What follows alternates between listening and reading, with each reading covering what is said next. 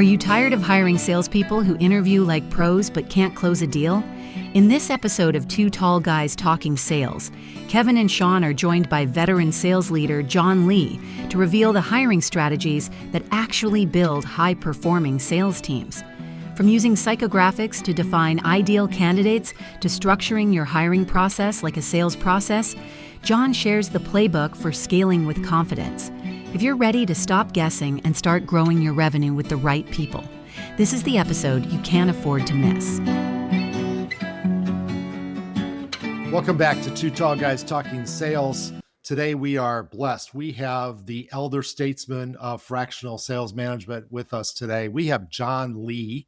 John is based on the Pacific Northwest, and I've known John since almost the day that I started my practice. I think, Kevin, you probably had a conversation with him pretty well. Every person that starts in this world and learns how to be a fractional VP of sales eventually talks to John Lee because he's just been doing it for so long. And he's full of stories.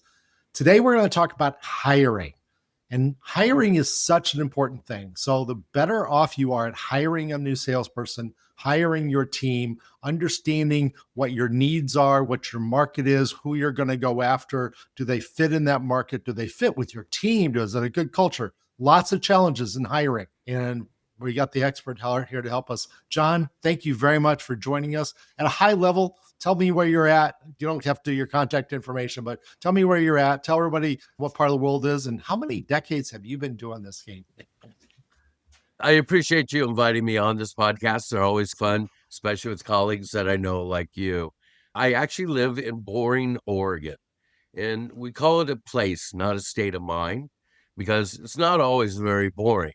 It's in the Pacific Northwest between Portland and Mount Hood, or what we call the mountain. And I've been doing, this is my 11th year with sales acceleration and my 12th year as a fractional, but I've been a sales leader for almost 40 years now in a wide variety of businesses.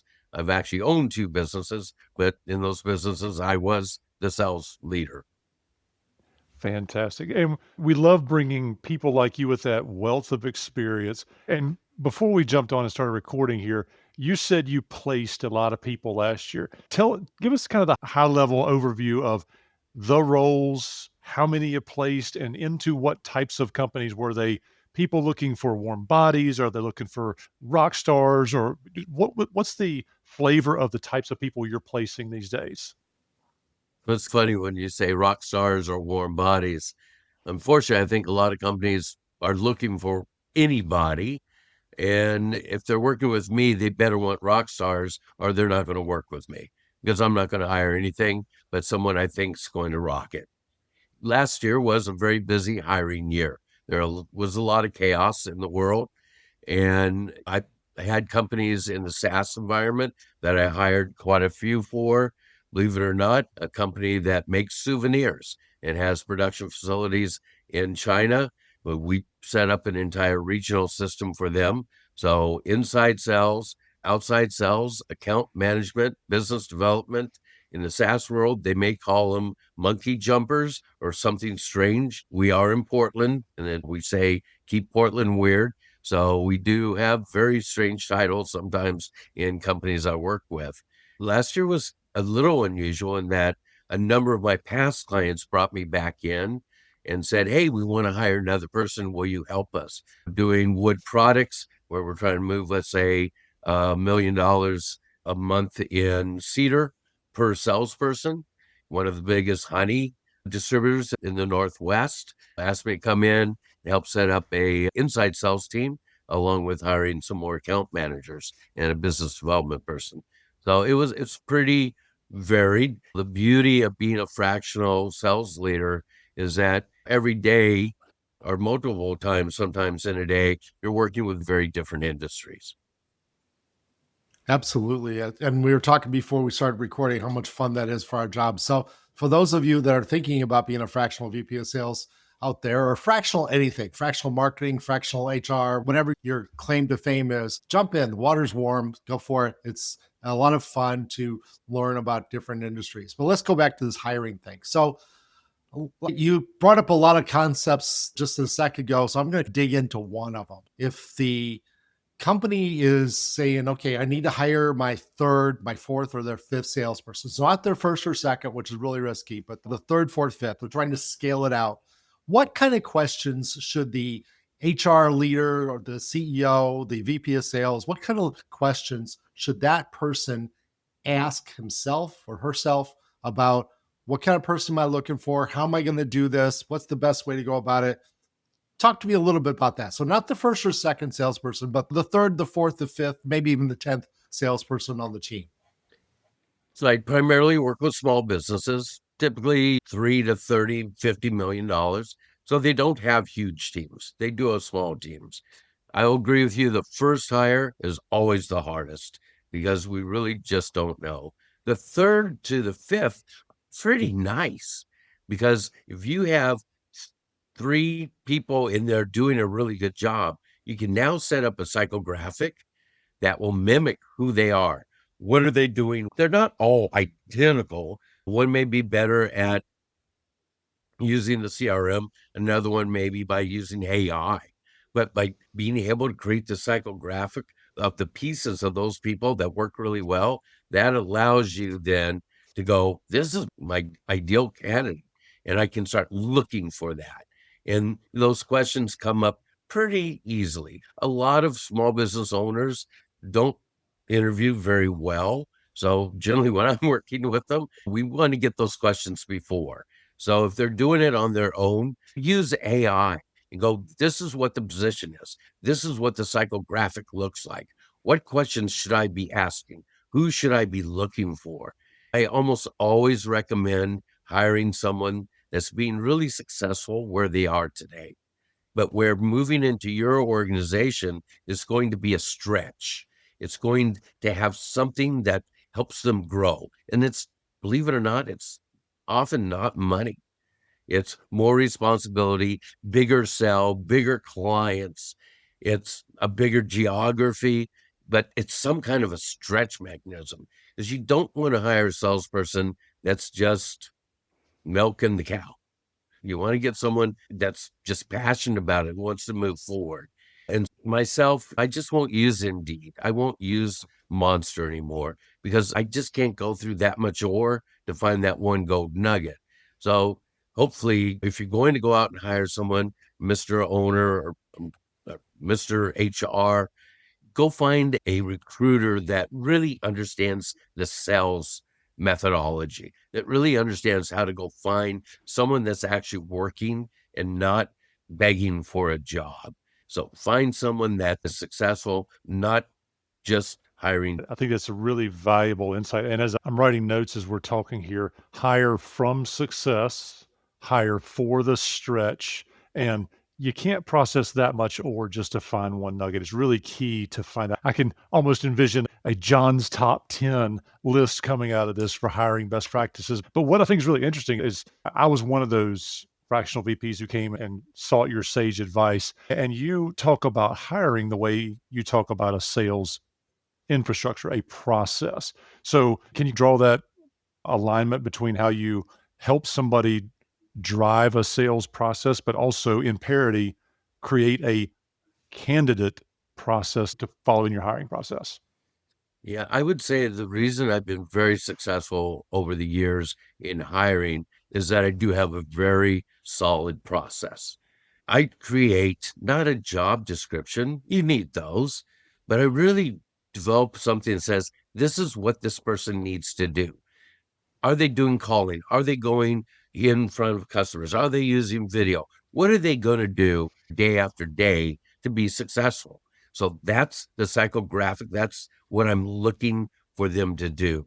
Once I have that, then working with a recruiting firm, we can sit down and really look at what is that person going to look like. But we also have to look at the culture of the company and go, why would someone want to work here? Right? Because I'm telling you, in today's environment, we're not just hiring, we're also selling our company so that they'll come join us, right? So it's a two-way street. So once we have that process, we go through a screening interview. But I use assessments.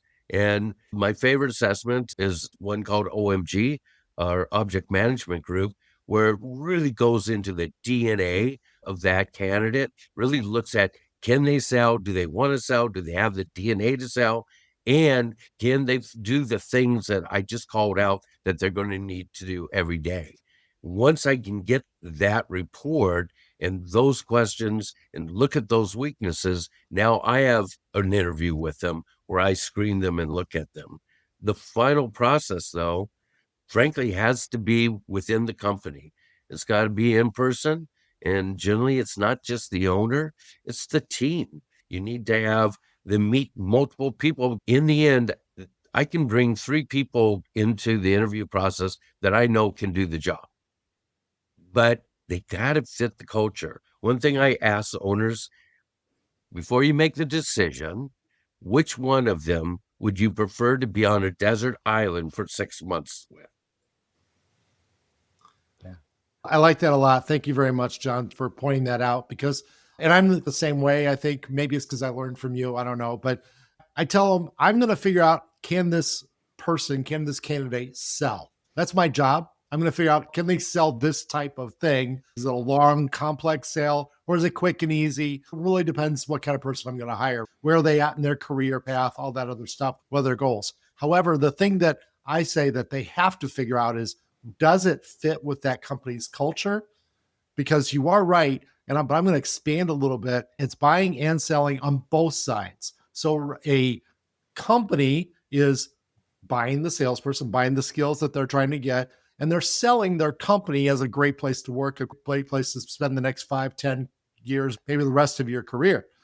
For the salesperson is buying because they're trying to figure out, is this a place I can make money? I can actually make quota. I can hit my number and I can provide for my family. But they're also selling that, yes, I can do that job. I can, even though I'm not in that industry, even though this is a stretch, as you said, I'm ready for that stretch and I'm ready for that. So both are buying and selling. The thing that I think is interesting, and you talked about it earlier, and I want to dig into it a little bit. You said that most of the company owners in small businesses, they don't hire enough to be really good at hiring. And I think the problem with doing it on the sales side, which is where they really struggle, they can hire somebody in the factory or the warehouse easier.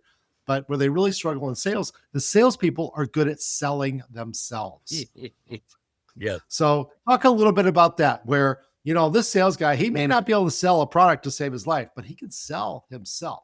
And that goes back to looking at their experience and where they've been successful. During the screening interviews and then in my interviews, it's not just seeing if they can sell. Prove to me that you've sold, right? I want to see numbers. If you can't give me numbers, you're not a salesperson. I'm sorry. Every salesperson I know knows how much commission they're going to be made to get next month at any point in time. That's just their DNA. It's who they are. And so you have to do that. When we talk about culture, though, I also want to make sure that it's not just the corporate culture. There's also that interpersonal relationship of either the sales leader to the salesperson or the owner to the salesperson. You gotta like working with each other or it's just not going to work out, right? You're going to have dinners. You're going to have time in a car together. You're going to be in meetings and hotels together. And so it's more than just the culture of the company. It's also that interpersonal that I think we have to make sure fits. Yeah. And that fit is so critical. If you were to boil that down to the 3 bullet points that you would want a leader, owner to take away from our conversation today, what would those 3 keys to hiring well be for somebody making that first, second, third, or fifth hire as a quick takeaway? Outside of COVID, number 1, don't hire someone that doesn't have a job. Right? And so it's not a black and white rule, but it's a pretty strong rule. Don't hire someone that can't show that they've been successful. And do not hire someone that doesn't fit your culture because it's just not going to work.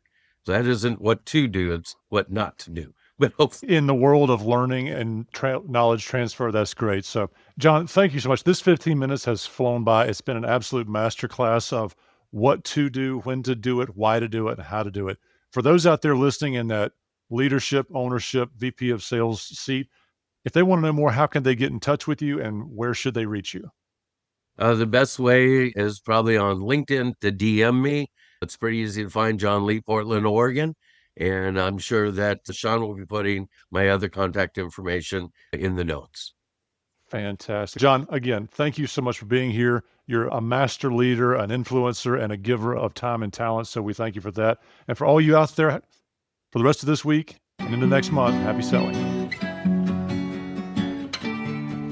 What a powerful conversation that was. Today's episode with John Lee was a true standout, packed with wisdom, experience, and no-nonsense guidance on building great sales teams. One of the most eye-opening takeaways was John's use of psychographics to define the ideal sales candidate. Instead of relying on a generic job description, he reverse engineers the profile based on your top performers' traits, habits, and motivations. He doesn't just focus on skills on a resume. Instead, he tries to understand what drives success in his client's sales environment and finds people who match that profile. This is something every sales leader can do. We also learned a significant actionable item that every sales leader should implement immediately. Treat your hiring process like your sales process. That means mapping it out with clear steps, assessments, and checkpoints like a sales pipeline. Why is that so important? Because without a defined process, you're relying on instinct, and that's a risky way to grow a sales team. Take action today. Before the next meeting takes over your calendar, block time to map out or refine your sales hiring steps. Your future revenue depends on it. Sean and Kevin are just a message away if you're looking for more help with sales, sales management, or growing your company. You'll find their contact info in the show notes, along with a quick diagnostic assessment to see how your sales operation stacks up. Don't miss your chance to improve what matters most: revenue generation and sales success. Until next Tuesday at 4:30 p.m. Eastern Time, happy selling.